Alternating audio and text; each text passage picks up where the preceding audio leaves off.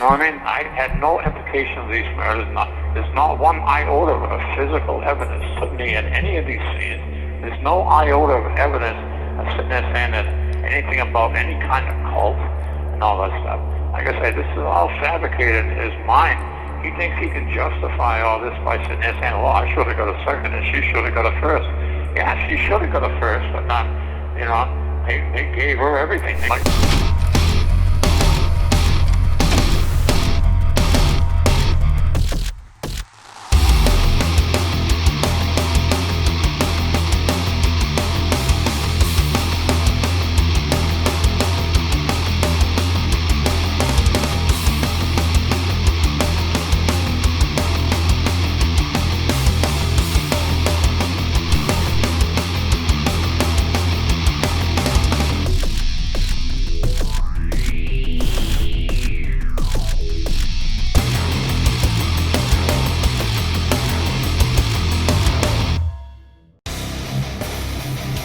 If you seek the devil, you will find him everywhere. It's a sentiment that remains relevant even in our modern-day culture. Fears of underground cults and organized government takeovers continue to permeate on social media and, unfortunately, in conversations with some of our neighbors. The fear of moral decay rears its ugly head in every generation, and the answers to it can range from provocative art and media to vicious satanic crimes. The setting for today's story is a New England city rife with crime, corruption, and Catholicism. It's an intricate set of lies and deception, dirty prosecutorial methods, lackluster investigations, and even a movement to free a man who has served 40-plus years in prison for a crime that, at the very least, did not happen the way the official record relays. It involves a connected collective said to have worshipped the devil under the satanic iron fist of one violent man and the manipulative, cunning prowess of an equally violent young girl. It's a web of proven lies, misconceptions, and injected satanic panic at the very beginning of the time period's reign of terror across the United States justice system. Today, I'm going to attempt to sift through a sparse amount of information and put the pieces together in a somewhat coherent manner, and by the end of it, see if we can't come out with some idea of what really happened. It's a difficult case involving a set of extremely brutal crimes attributed to an alleged satanic cult. But the truth of it all will shine a light on a prosecutor's strategy that is very similar to ones we've covered in past videos, and a trio of young girls whose legacy is forever tied to this wild mess. Join me as we set out to examine a case that was set in stone for decades until one retired investigator would set off a movement sparked by his experience with it, and a pile of testimonies that sit on shaky ground. This is the case of the Fall River Satanic Cult murders.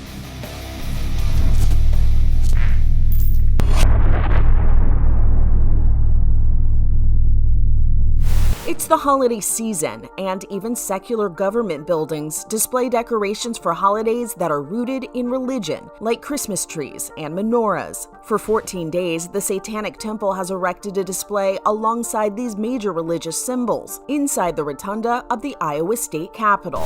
One, I hope people realize spiritual warfare is real, that there are evil, satanic forces that are trying to infiltrate our state. It's a very dark, evil force.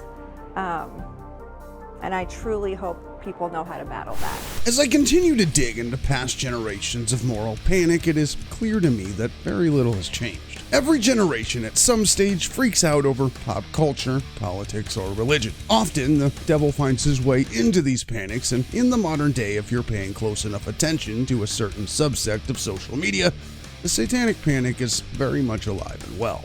This time, instead of underground groups of satanic cults corrupting children in suburban America, it's secret societies and powerful cabals playing puppet master for the cogs of government, all in the name of the Morningstar himself. Now, most of us with lives to live and families to take care of will disconnect from these crackpot theories, choosing instead to focus on the immediate world around us as we struggle to make rent. But for many terminally online individuals, they will find themselves enthralled in the rabbit holes of satanic online discourse. I've seen everything from Taylor Swift to the president being heads of secret and powerful satanic agendas, and ultimately what I take away from it is, I don't care, bro, I have my own problems. With a raging culture war between political leanings taking place as the rest of us stare dumbfounded at the freak show it all appears to be, We're seeing some factions double down on more traditional beliefs, and in turn, we're seeing traditional moral panics. The difference is it all stays mostly on social media and at the table for Thanksgiving with that one relative. But in years past, comparable levels of satanic panic led to ruined lives and made a joke out of the American justice system. Now it's just making a joke out of a person on Twitter who is probably an AI robot trying to make us all look like idiots. I went much deeper in my video about satanic panic and how the culture became a powder keg looking for a flame to kick off a moral panic that peaked for nearly 2 decades. In that video, I ultimately ended up with this very conclusion, that satanic panic never really ended at all, and we are still deep in its throes. Religion is still very much a large part of American culture, whether it's on the decline or not, and even among the least devout of Christians, the devil is very real and very present. But as it appears to me, we are on the precipice of another impactful bout of satanic panic, one that goes beyond the internet and manifests as destruction in the real world. All we need is the right starting fire, and all of this built-up animosity is going to explode. Perhaps I'm simply being a bit cynical or have my head buried in these satanic stories, but there is certainly something in the air if you're paying attention. But then again, if you seek the devil, you'll find him everywhere.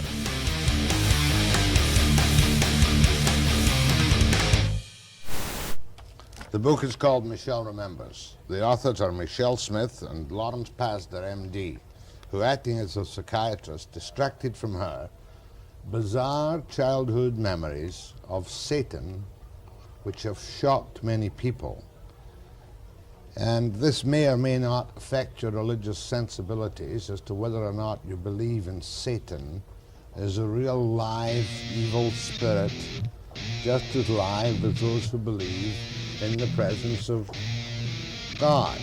With the release of Michelle Remembers, a book co-authored by Michelle Smith and Dr. Lawrence Pasder, it would kick off a decade of devil worship and moral panic. In the book, Michelle recovers repressed memories of satanic rituals suffered at the hands of her mother and her satanic cohorts due to the effort of her psychiatrist, Lawrence Pasder. The two would go on to violate all sorts of ethical guidelines, becoming a couple and releasing their crackpot book as a married duo. They would go on to do a media tour in support of their release, spreading their story to an international audience. All of this would culminate in what is widely believed to be the official starting line of the Satanic Panic as a period in American history. In fact, Dr. Pasder would seemingly be the world's leading expert in satanic ritual, being the originator of the term and the pioneer of the hypnotic practices utilized by therapists to unearth these totally real repressed memories. A wave of similar stories would begin to fill headlines and eventually courtrooms, leading to one of the most embarrassing eras of the American justice system. In the 90s, as Damien Echols, Jason Baldwin, and Jesse Miskelly Jr. were being tried and convicted for the West Memphis, Arkansas murders of 3 young boys, experts would be brought in to outline exactly how these satanic practices connected to the case. Although he once worked as a police officer himself, he'd carved out a new career educating law enforcement on how to spot signs of satanic involvement in crime scenes, which, fortunately for him, were everywhere. Do you have an opinion as to whether or not there are occult overtones or evidence of occult involvement in these particular murders? Well, the date being close to Beltane, a holiday, May 1st. Also, the day before that is Walpurgisnacht. Then you go into the fact that some groups, occult cult groups, or will use a full moon. Echols had expressed in the years before the murders an interest in the occult, and to this day is a worshiper of magic, crediting his survival of death row to its efficacy. He also likes to light things on fire and drink blood, so I think I might need to take another look into that one for a future video. That doesn't discount the absurdity of the expert testimony that, in retrospect, was all but expertise being exercised. In a case where there was already little to no physical evidence connecting the West Memphis 3 to the crime, it only cemented the view that prosecutors and law enforcement were eager to charge them with. In a culture so deeply connected to Christian religions, connecting Satan to any vile act was a slam-dunk conviction for prosecutors, with many prospective jurors being easily swayed in a time before information was easily spread. In this simpler time, traditional values were unquestioned, and in some parts of the country, especially Catholic-heavy populations, these testimonies and proclamations of expertise were taken as fact without question. Cultures everywhere are a pendulum that will swing left and right in an attempt to balance and compromise for the greater good. The 1980s saw a shift to conservative values with the election of Ronald Reagan, much like the American population would experience in the years after September 11th. With social media now, what I do believe is that political division has been heavily utilized by the country's most powerful in a bid to win elections, and that division is now bleeding into our everyday lives as we look down our noses at our neighbors instead of uniting to coexist peacefully. That's just my perspective, though. I actually found it difficult to find other examples of satanic cult experts outside of Pastor and a couple others, as it appears to be something they wanted to wipe off their resume in the ensuing years. No evidence of Michelle Smith's experiences was ever uncovered, and as the years ticked on, she and her husband began to look more and more like frauds. It's difficult to say, though, because a lot of these techniques would effectively implant very tangible memories in the people digging them up. Morally and philosophically, I would imagine a very real trauma would be felt, whether the events happened or not. On the other end, daycare workers, everyday citizens, and even parents ended up on trial and estranged from their families over these implanted memories. The satanic cult experts, the media that megaphoned their grift, and the public who latched onto it are all responsible for an immeasurable amount of damage. For today's story, though, a web of lies, a dirty district attorney, and a corrupt police department would lead to one man branded a satanic cult leader and murderer, a label that would stick to him for 40 years until a documentarian would go to great lengths to find the truth.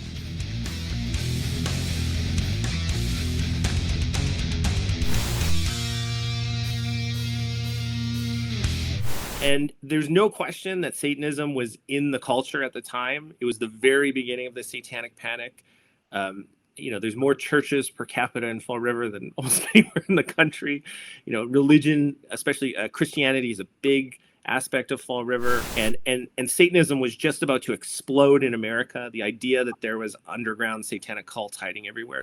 And it was more of a way for the police and prosecutors to explain the evilness of the murders.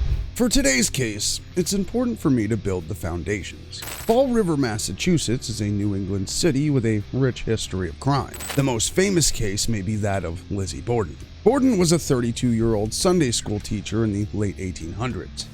She lived with her parents, Andrew and Abby Borden, and their maid, Bridget Sullivan. On August 4th, 1892, Andrew and Abby were brutally murdered in their home with an axe. Once discovered, Lizzie's calm demeanor and inconsistent accounts of what had happened cast a veil of suspicion on her. She and the maid were the only ones home at the time of the crime. Being so long ago, forensics were nearly non-existent, but even then, investigators would be criticized for their lackluster effort in investigating the crime. She would be arrested, charged, and tried for the murders of her parents, but ultimately would end up being acquitted. It was a shocking case that has spawned legends and myths that are very prevalent to this day for those into the paranormal. The southeastern Massachusetts city of Fall River is a densely Catholic area, with 9 consecrated churches among a population of over 90,000 people in the late 70s and early 80s when our story today takes place. But with its police department historically corrupt, fraternizing with the informants in the red light district of the city, their focus on crimes like homicide would allow an epidemic of pimps and to take over the area immediately surrounding the police station. It's here we are introduced to today's main players. Robin Murphy is a notoriously unreliable figure. What is known about her comes from interviews and court documents, but sifting through it all, you find a damaged soul who couldn't find anyone to help her during her turbulent childhood. Robin had an absent father and a mother who was never around as she worked to support Robin and her 3 brothers. She was fiercely independent from a young age, but would begin to suffer assaults from multiple men, beginning with her older brother. By age 11, she was effectively living alone, caring for herself and even taking in friends, showing that independence at an age where she should have been allowed to be a child. She would come to terms easily with her sexuality, coming out as a lesbian around this time as well, which likely did her very few favors. She was known to be extremely intelligent and manipulative, likely as a defense mechanism. a defense mechanism that she would develop in large part to deal with the trauma inflicted upon her by one Andy Maltese. Andy Maltese was a much older man when he met Robin Murphy, who was only 11 years old. He spotted her out in the snow and offered her a ride, beginning a relationship that would last nearly 6 years. Andy was a violent felon who served time for tying up female victims and putting them in secluded locations, but his history was unknown to those around him. He was somewhat of an unassuming, weak man that locals paid very little mind to. Robin would become one of these victims very early on after meeting Andy, and his proclivities for young girls were known and ignored by local law enforcement. Back then, the public sentiment against such things in Fall River was apparently ignored at best and accepted at worst. Either way, it was a fire that tempered Robin Murphy as she grew into her teenage years. By age 17, Robin was on the streets as a notorious badass. She was said to be pimping out girls instead of tricking herself, and had a reputation as a violent one at that. Stories of her pummeling a man outside of a bar one night until he ran off were just one of many such stories, branding her as someone not to be messed with. The streets of Fall River in the late 70s were crawling with troubled young women turning tricks, and in such an environment, power structures and gang-like activity were equally as prevalent. Robin would be high up on this ladder, and in a notable compromise with another local pimp, Carl Drew. Carl Drew was known on the streets of Fall River as the son of Satan. He too had a violent reputation and was pimping out a number of down bad young girls. He was a bad dude who did bad things, and I want you to remember that as we go forward. According to witnesses and local legend, Carl was the leader of a vicious satanic cult. He would invoke satanic elements in a bid to strike fear in and control his girls, as well as spread his reputation as someone not to be messed with. Carl was brought up in a similarly troubled environment with an abusive father and a broken home life. By the late 70s, he was a well-established local criminal as he progressed through his 20s. And depending on who you ask and what elaborate story you're being told, Robin Murphy was either under Drew's control or a reluctant business partner with him. Either way, what is certain is that Robin Murphy hated Carl Drew. All of these figures would be connected, though exactly their level of involvement with one another is tough to figure out. For 40 years, they would be known in passing as a group, a satanic cult that wreaked havoc on Fall River, but with more light on the situation, a very different story is painted. Robin had her hands in a lot of baskets, between her time running the streets, her relationships with her lovers, and the time that she spent with Andy Maltese. It is Robin Murphy who connects everything together. But exactly how she manages to be involved with everything we're covering today can be a rat's nest of misinformation and lies. And the turmoil that would shake Fall River all begins with a violent tragedy under the bleachers of a local high school. 1979, October 13th, a little over 40 years ago, was when Doreen Levesque was found in the morning under the bleachers. 1979 was a very different time in Fall River. Police work was very different then. When we discuss it today, you could never do what we did. You could never do today what we did. Much of what we did was unconventional, to say the least. But you couldn't do that today. Doreen Levesque was a young 17-year-old girl with a sharp mind and a once bright future. On the night of October 13th, 1979, her body was found brutalized with her head crushed by a large rock, bound with fishing line, and suggestively posed. She was known to law enforcement as a local. How she came to be under those bleachers was something they were looking to find out. Levesque was wrapped up in the local red light district business, leading her straight into substance and an entanglement with both Carl Drew and Robin Murphy. Along with Karen Marston, who will be an integral part of the story, Carl had his satanic cult of working girls and was said to rule them with fear and violence. They would bear witness to ritualistic displays and be told that Satan would intervene should they step out of line, and in such a religious area, even among criminals, this seemed to be an effective way of exercising his power. But until Levesque's brutal murder, it was something known mostly to the seedy underground. Investigators would arrive on scene and begin the hunt for her killer, noting the brutality and evil that went into such a horrendous act. But unfortunately, there was very little for law enforcement to act on. She was quickly connected to the working girls and the criminal scene, but no one seemed interested in talking about it. At least not for now. Roughly a month later, Barbara Raposa, another known to the scene, was found in a wooded area, brutalized in a tragically familiar way. She had been assaulted and her head was crushed by a nearby cinder block. The similarities would not be lost on investigators, and for a time, their efforts would be in vain, much like they were with Doreen Levesque. That was until her much older boyfriend, Andy Maltese, became involved. Maltese was not a bright man. He was a violent sexual deviant with a low IQ, and he was known locally for what he was. Yet law enforcement didn't seem interested in doing anything at all about it. Soon after Raposa's discovery, he would insert himself into the investigation. He approached detectives and would sit down with them for a conversation that would lead to a wild outcome. After he had been unable to locate Barbara, he set off to report her missing. After reading Maltese's Miranda rights, investigators would engage in a conversation in which Andy would recount a dream that he had.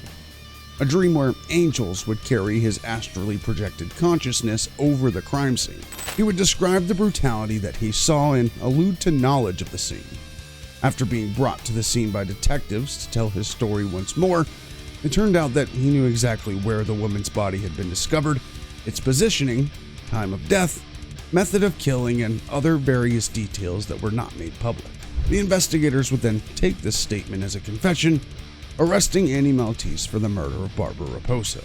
As they investigated further to build their case against him, they would approach Robin Murphy, who was close with Maltese but ultimately hated the man for what he'd done to her. She would relay that Andy told her the exact same story, but this time, she would make a very important claim. Murphy would say that she was in the car as Maltese was committing the Raposa murder, solidifying the prosecution's case. She would be essential for convicting Andy Maltese for the murder of Barbara Raposa, a fate he would ultimately meet. But one thing to keep in mind, Andy was arrested on February 7th of 1980, just one day before our final murder victim would meet a fate worse than the others.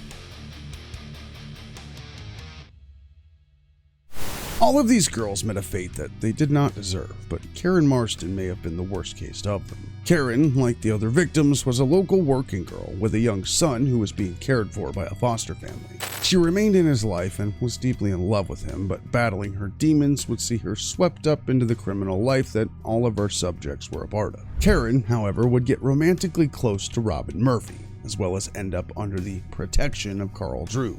As her final days drew near, she would become increasingly paranoid. According to Robin Murphy, her lover, Karen was present with Carl Drew for the murder of Doreen Levesque and was threatening to harm her and her son if she didn't keep quiet. This paranoia even drove her to speak with detectives, speaking of a looming threat and the fear that she had, mostly for her young son. And while police would offer her protective custody, she refused it and requested to be dropped off at a local Catholic church on the evening of February 8th.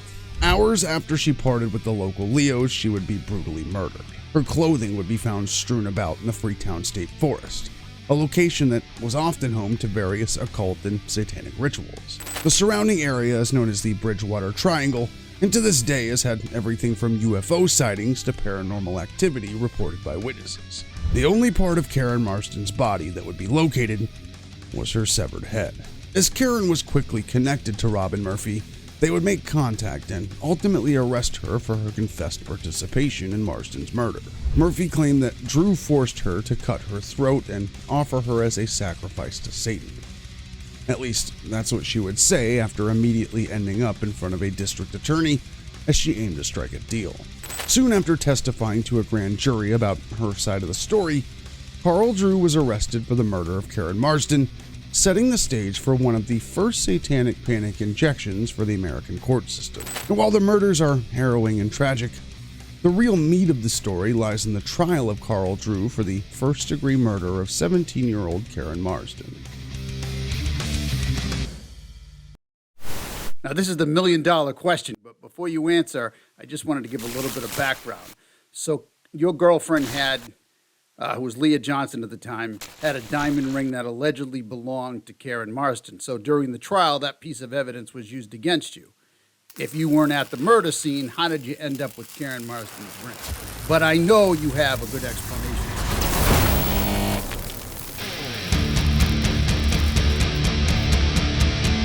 Carl Drew would be put on trial for the murder of Karen Marsden in 1981.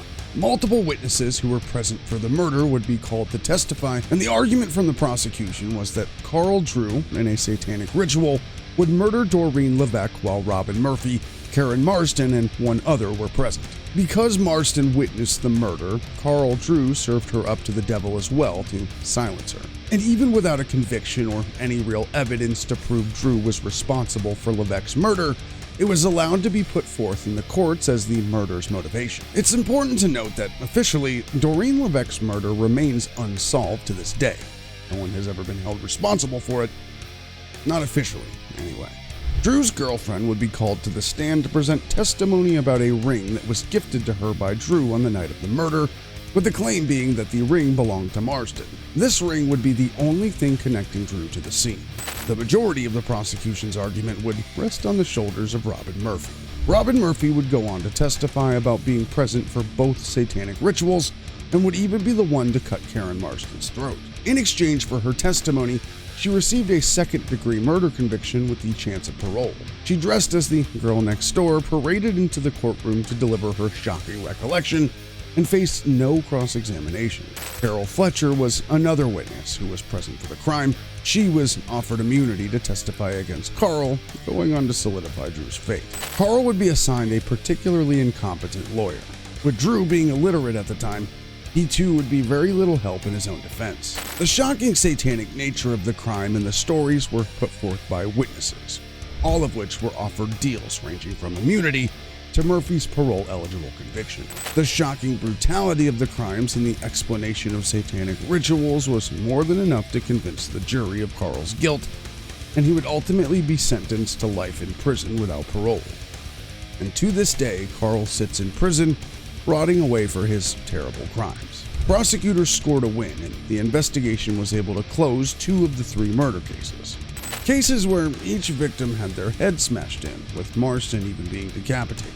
These 3 very similar murders, ones with the modus operandi that would fit into any serial killer story, are settled in the books as follows. Doreen Levesque's murder is unsolved but believed to be committed by Carl Drew. 1 month later, Andy Malatisse murders Barbara Raposa in exactly the same fashion, and Karen Marsden was sacrificed to Satan by Carl Drew to keep her quiet, with Robin Murphy being a witness for all 3 murders. And this is how the story would stay for decades and become a local legend, added to the list of Fall River's notable stories. That was until Robin Murphy was up for parole in 2004.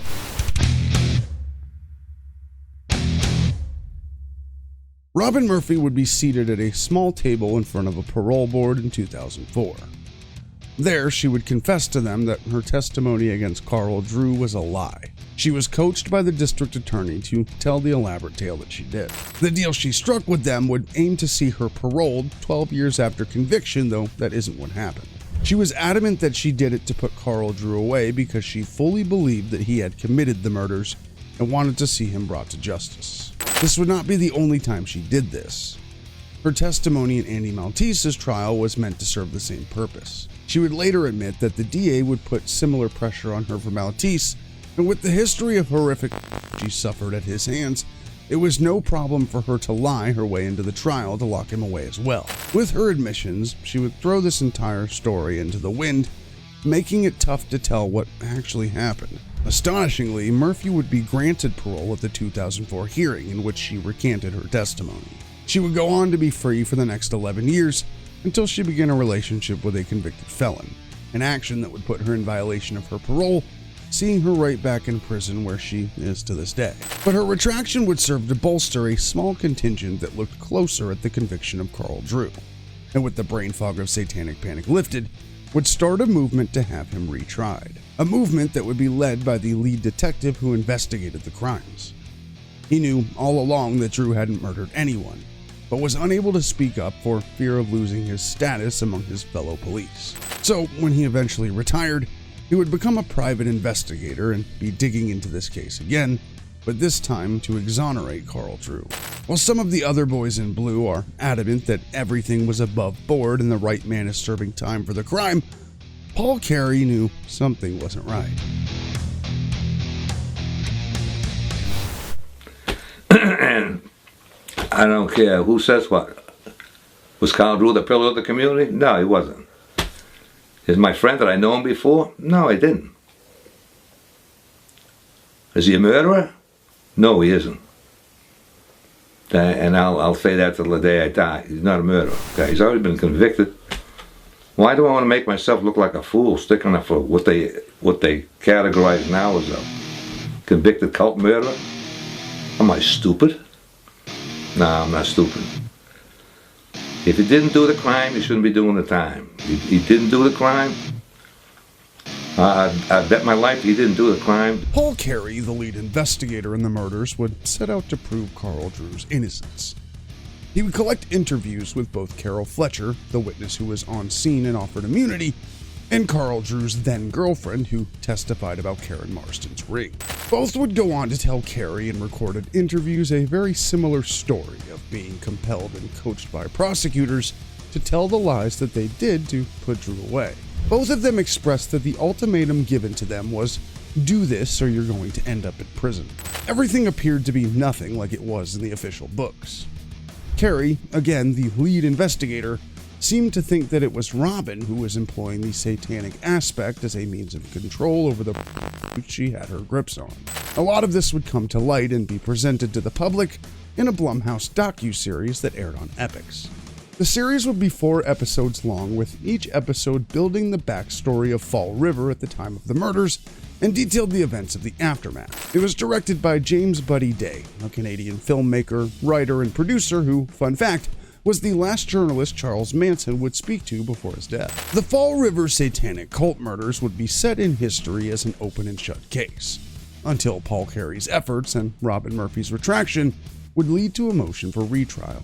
Both witnesses would appear to recant their testimonies, and Robin Murphy's confession would be presented in an effort to give Carl Drew a chance at exoneration. The judge in that hearing, who would be revealed to be a friend of the original district attorney, would deny the motion. The denial would mark the end of Carl Drew's appeals, and his fate was now set in stone unless new evidence could be presented. That potential new evidence would come later thanks to James Buddy Day's 2021 documentary series.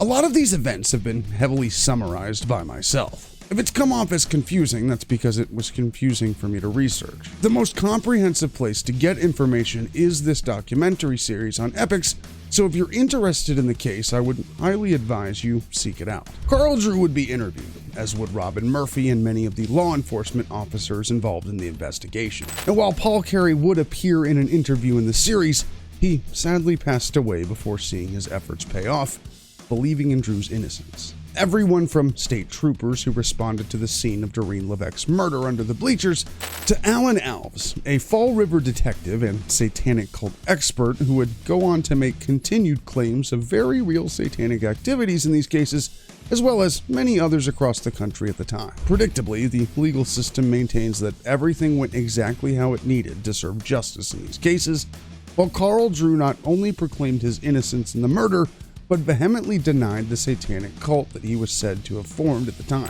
A claim that I'm personally inclined to believe, given the satanic panic history and the lack of evidence presented in this trial. In fact, Carl Drew has his own YouTube channel that contains many extras that appear to be from the Fall River series. And I'd like to go over a few things revealed in that series that cast even more doubt on how everything went down. A lot of the satanic activity was said to have been witnessed by Karen Marston, Robin Murphy's then lover.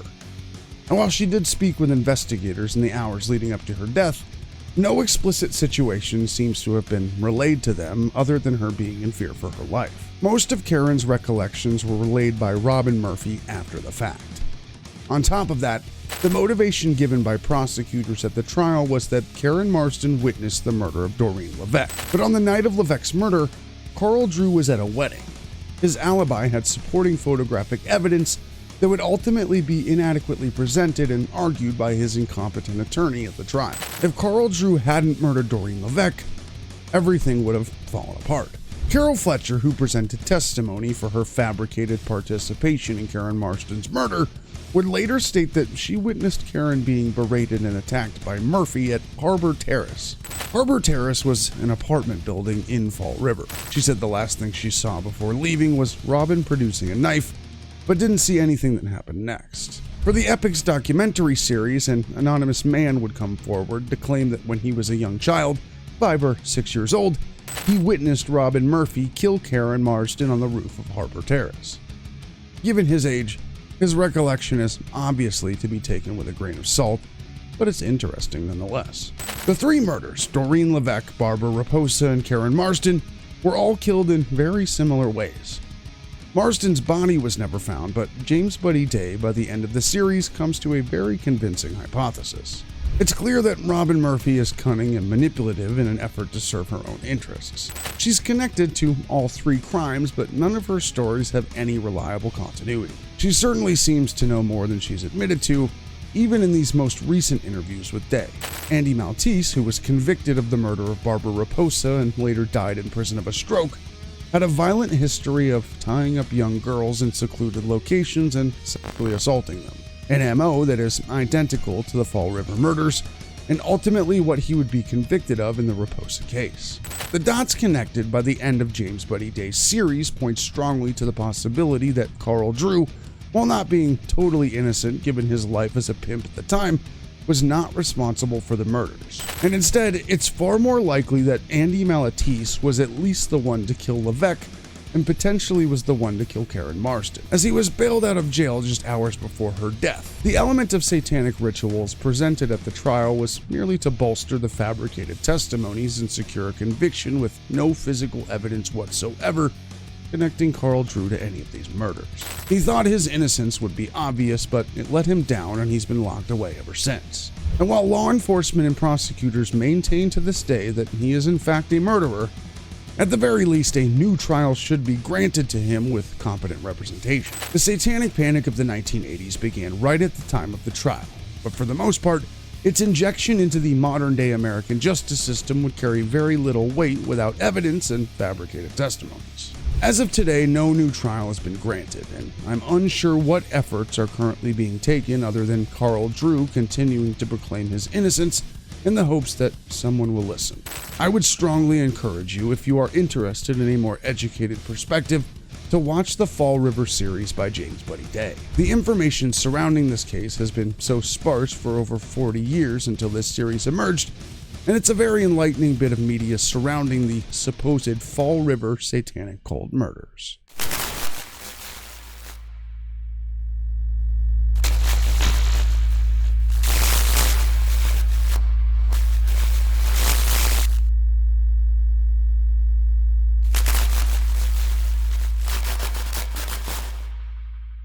Tonight, the state's parole board is considering an admitted killer's request to be released from prison. It's a case that goes back decades and involves a murder prosecutors say was a ritualistic killing by a cult. 37 years after pleading guilty to second-degree murder, 54-year-old Robin Murphy wants her freedom. I'd like to begin by apologizing to Ms. Marsden's family for putting them through this once again. I feel that I am a different person today, certainly than I was at 17 years old. This story is one that caught my eye years ago, but I ended up kind of forgetting about it until recently. My efforts to dig into it were difficult, as the players are all lumped together as if one killer committed all of them, and that was how the legend went for years before James Buddy Day's series. The absurdity of Alan Alves and the satanic cult claims are obvious in the modern day, and while I know that plenty of crimes were committed by proclaimed Satanists, this just doesn't seem like one of them. My efforts to dig into stories like this are not to say that no satanic crimes have ever happened. Of course they have. But satanic panic was a much larger fear of moral decay that persists to this day. What seems unlikely are organized cabals of underground satanic occultists snatching up children from daycares or running a one-world government. But that too is for you to decide for yourself. Carl Drew's case for innocence is compelling and personally convincing to me, but exonerations are extremely hard to execute. Legal systems will fight tooth and nail to keep from admitting fault for anything, and as memories fade and witnesses pass away, it's very likely that Drew will serve his final days in a cell, whether or not he's innocent. It's something we've seen plenty of times, with cases like the West Memphis Three, who in the end weren't exonerated at all. The McMartins and their shattered lives at the hands of a justice system seeking to prove unprovable claims, at the very least, walked away with their freedom. When these fantastical stories end up in a courtroom, even with no evidence to back them up, It leads to permanent damage for both sides of the conflict. Thankfully, circumstances in the modern day are much more level-headed. The Fall River murders are a rabbit hole to fall into, even with the sparse availability of information. Perhaps James Buddy Day's docu-series, being the deepest well of information, leaves us likely to be convinced by him and his biases, but one thing is very clear: very little truth was told in the Carl Drew trial. I don't think it's impossible that Drew is innocent of these crimes. The investigation is tainted by seemingly dirty cops, a thriving environment of crime, a deeply religious surrounding, and a corrupt district attorney hell-bent on closing the case as quickly as possible, disregarding the fate of Carl Drew in the process. At the very least, I would say that he deserves another trial in light of all of these more recent revelations. The trial of Carl Drew would be one of the first to utilize satanic elements to bolster weak prosecutions. It would mark the beginning of a period of American history that would explode with destruction as well as responding art and media. A fear of moral decay strikes every generation. It's always going to happen, and Satan is likely to be responsible for many when it does. Again, all of this isn't to defend the Morning Star or challenge any religious beliefs that you or others may have. The appeal to me is the collective psychology and the myriad of stories that are collected together to be dubbed the Satanic Panic. And as I've said many times before, in the modern day with social media and conspiracy theories, we're poised for a sequel, and honestly, I'm ready for it. Hopefully it'll be less destructive, but it'll certainly give me more material to explore here with you guys. Doreen Levesque, Barbara Raposa, and Karen Marsden were young women in a difficult spot that I wouldn't wish on anyone. They were swept into a lifestyle that could only be detrimental and likely ended up being the biggest factor in the tragic fates that they met. Fear and violence were all they experienced, ending their hopes of making a better life for themselves. It's a tragedy that is overshadowed by a sensational narrative that was the result of a web of lies and a legal system that appears to have let them down. My hope is their loved ones and the Fall River community as a whole have found peace and resolution in the face of the city's most brutal and misunderstood crimes. Like many victims, they didn't deserve the end that they were granted, regardless of who it was that delivered it to them. It leaves me, and I'm sure you, the viewer, to decide for ourselves who the real monster or monsters were.